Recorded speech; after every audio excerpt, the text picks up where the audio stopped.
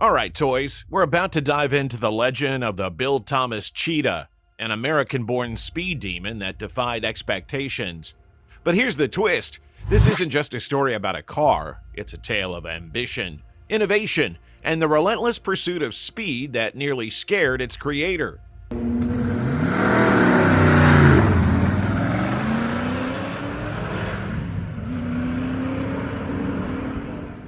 Let's begin.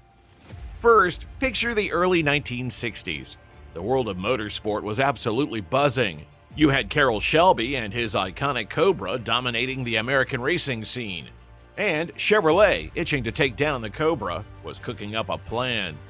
Enter Bill Thomas. This guy lived for cars. A full-time auto enthusiast. We're talking about a true gearhead, a brilliant engineer, and a racer with a serious competitive edge. His specialty?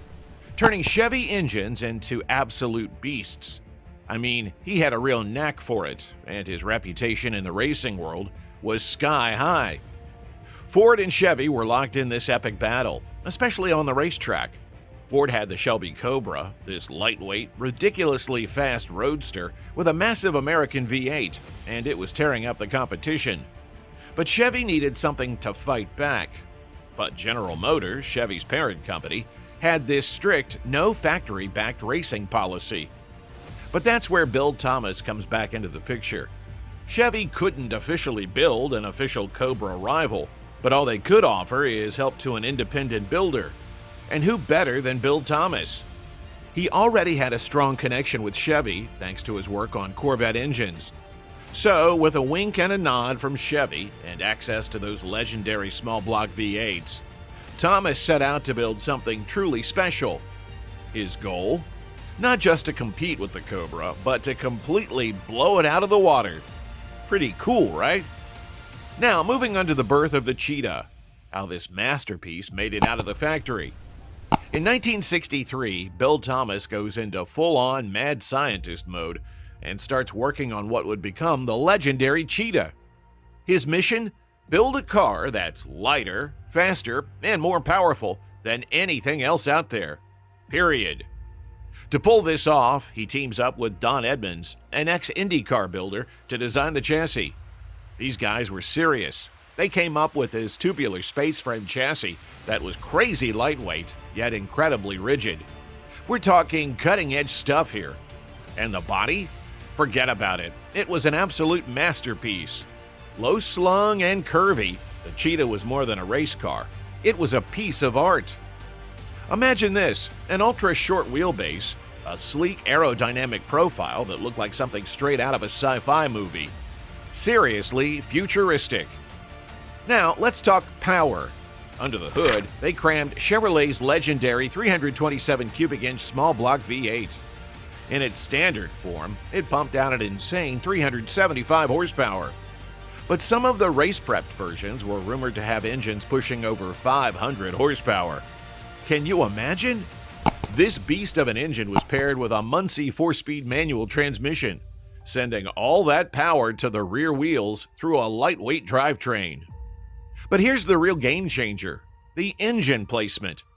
They pushed that V8 so far back in the chassis that it was practically sitting in the passenger compartment. This created a front mid-engine layout, which gave the Cheetah insane weight balance and traction. This car was considered a revolution.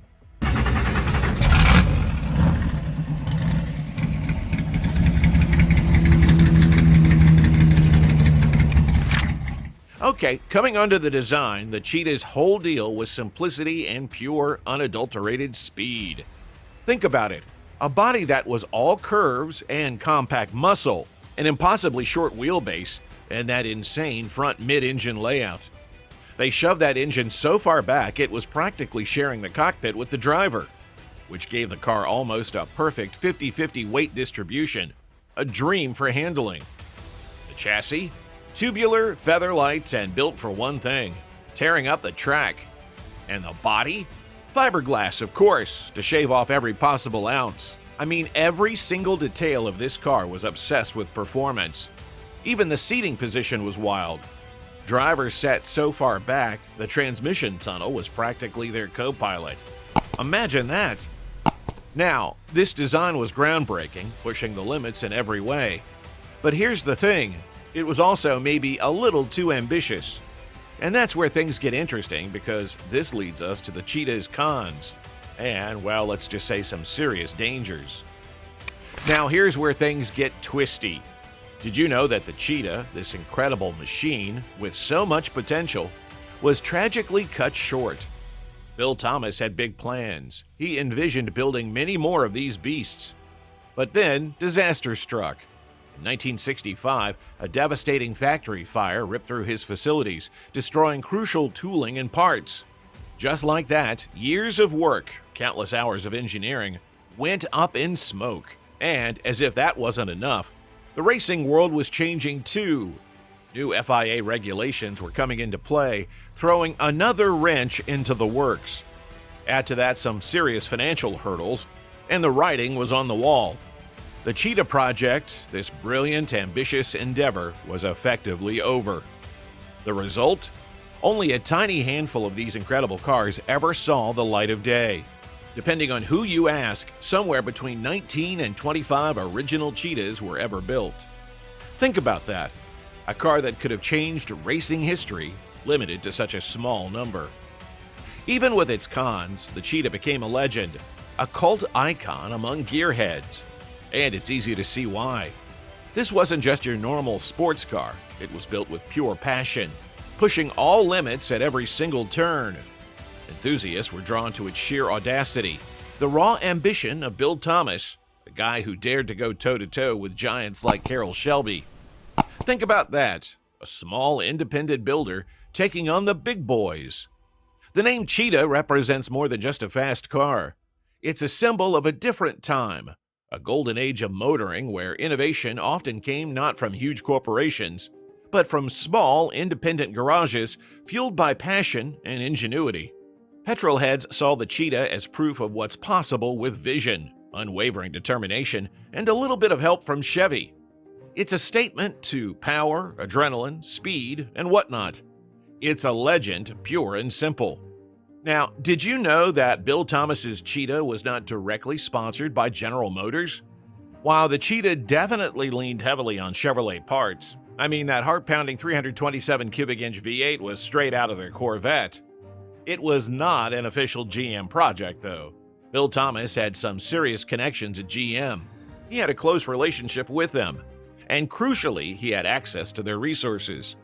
We're talking engines, parts, and maybe even some behind-the-scenes support. So it wasn't official, but it wasn't exactly unofficial either. Well, the Cheetah didn't conquer the world, and it didn't receive the success it deserved. It's a story of bad timing, funding woes, and some serious practicality issues. By the mid-1960s, the FIA, the big rule makers of racing, changed the game.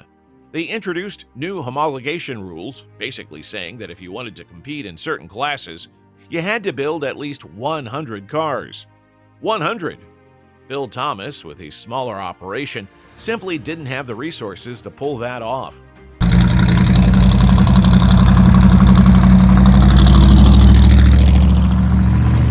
It was a major blow, but that wasn't the problem. The Cheetah, for all its speed and beauty, was a beast to handle.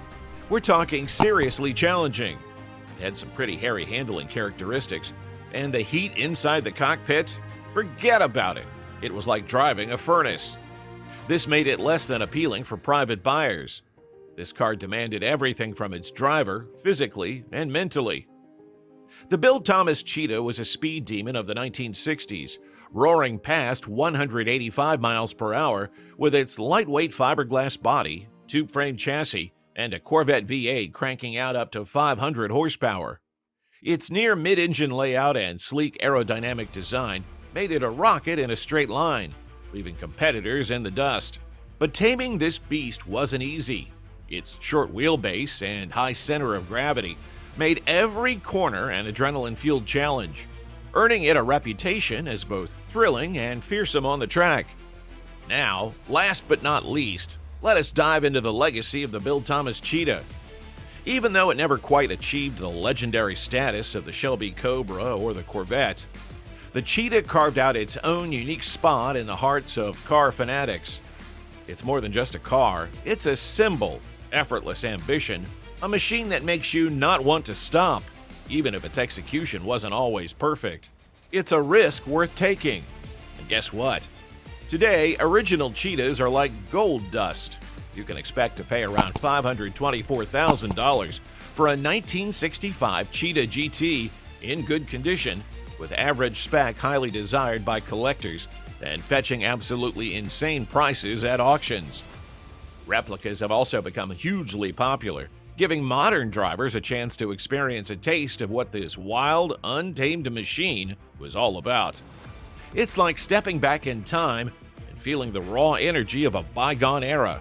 But perhaps most importantly, the Cheetah's influence can be seen in later American sports cars. It proves that even short-lived flashes of brilliance can leave a lasting impact. A legacy that echoes through automotive history. The Cheetah may not have won every race, but it definitely won a place in our hearts.